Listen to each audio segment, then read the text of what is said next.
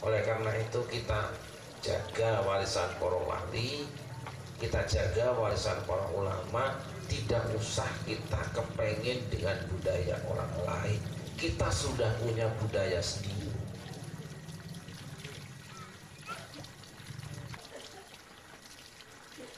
Jadi kalau bangsa Indonesia umpamanya sedang punya cita-cita, aku tak sowan ziarah paling sareane surat Gunung Jati, itu ngalah berkah. Saya ingin gul cita-cita, saya akan ziarah ke kuburan Sunan Kalijogo, lalu saya berdoa di sana, itu ngalah berkah. Saya ingin cepat nikah, aku berangkat ke Sunan Ampel Surabaya, aku berdoa tabarukan, itu namanya ngalah berkah, dibenarkan secara hukum Islam.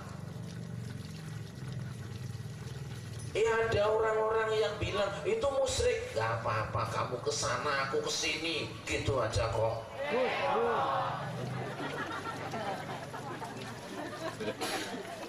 Itu contoh. Kanjeng Nabi Muhammad kemudian juga ketika itu diajak mampir singgah oleh gaibnya. Gaibnya itu malaikat Jibril. Muhammad mampir di situ lah. Nang tidur kan kudu disipis. Kon salat rong rakaat, ku makan maning.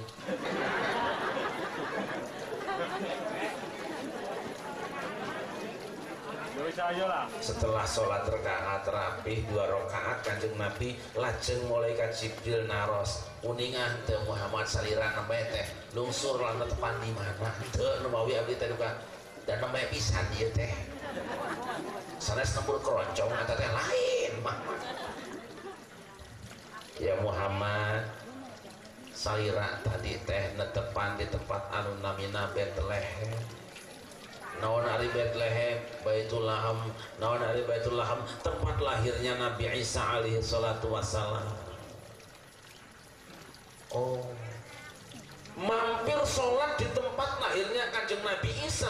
Apa artinya? Al-Quran menceritakan, qala inni abdullahi atani al-kitaba wa ja'alani nabiyya wa ja'alani mubarakan aynama kuntu wa awsani bis salati waz zakati ma dumtu hayya wa barram bi walidati wa lam yaj'alni jabbaran syaqiyya.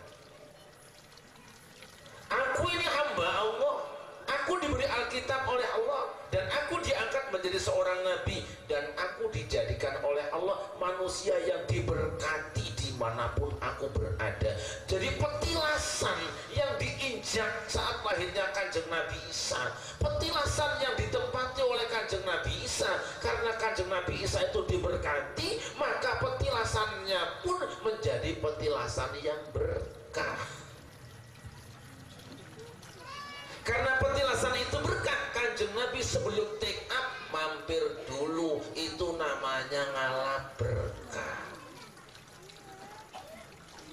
Loh kok malaikat Jibril ngajak-ngajak mampir di situ? Itu perintah dari Allah. Jibril nggak pernah ngarang. Kanjeng Nabi Muhammad berangkat lagi, pas berangkat kata Jibril, Muhammad kita transit sebentar.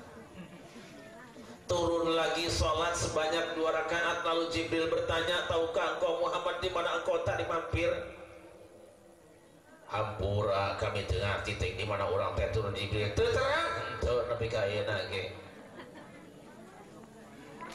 Lajeng malaikat Jibril mengendika, Kanjeng Nabi, tadi kita turun di tempat yang namanya Bukit Tursina. Bukit Tursina itu tempat turunnya wahyu dari Allah dumateng Kanjeng Nabi Musa. Kenapa sholat di situ? Al-Buqatil Mubarakah, karena Bukit Tursina kata Al-Quran adalah kawasan yang diberkati. Ketika Nabi Musa sampai, ikhla'na alaika innaka bil wadil muqaddasi tuwa, lepaskan kedua alas kakimu karena engkau berada di tempat yang disucikan tua. Jadi Kanjeng Nabi Muhammad turun di Bukit Tursina untuk apa? Ngalah berkah.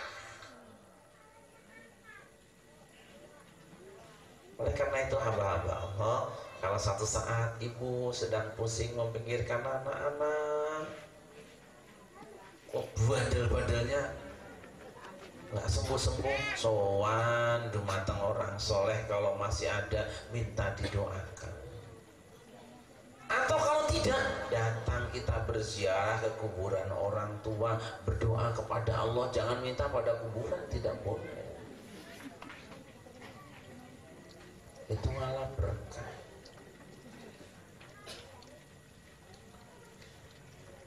Satu ketika di daerah Samarkand terjadi kemarau panjang.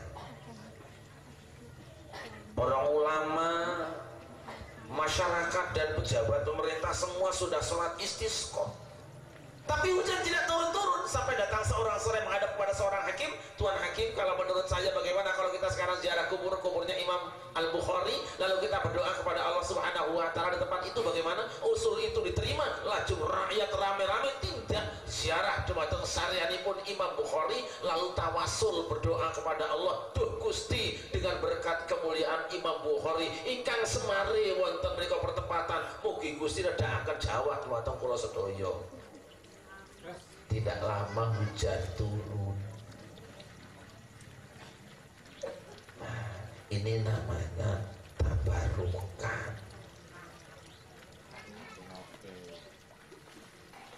Lalu Kanjeng Nabi jalan lagi, sholat berjamaah dengan para nabi. Walaupun Nabi Muhammad itu seorang junior, tapi dia yang jadi imam, mengimami para seniornya. Artinya apa? Imam sholat orang kudu ngenteni poel. Siapapun boleh jadi imam, yang penting bagus bacaannya. Tetapi bagusnya begini, kalau masih ada orang tua jadi imam, anak muda senajan pinter jangan belagu. Pak, sampai anak tua, Pak, Quran aja imam orang.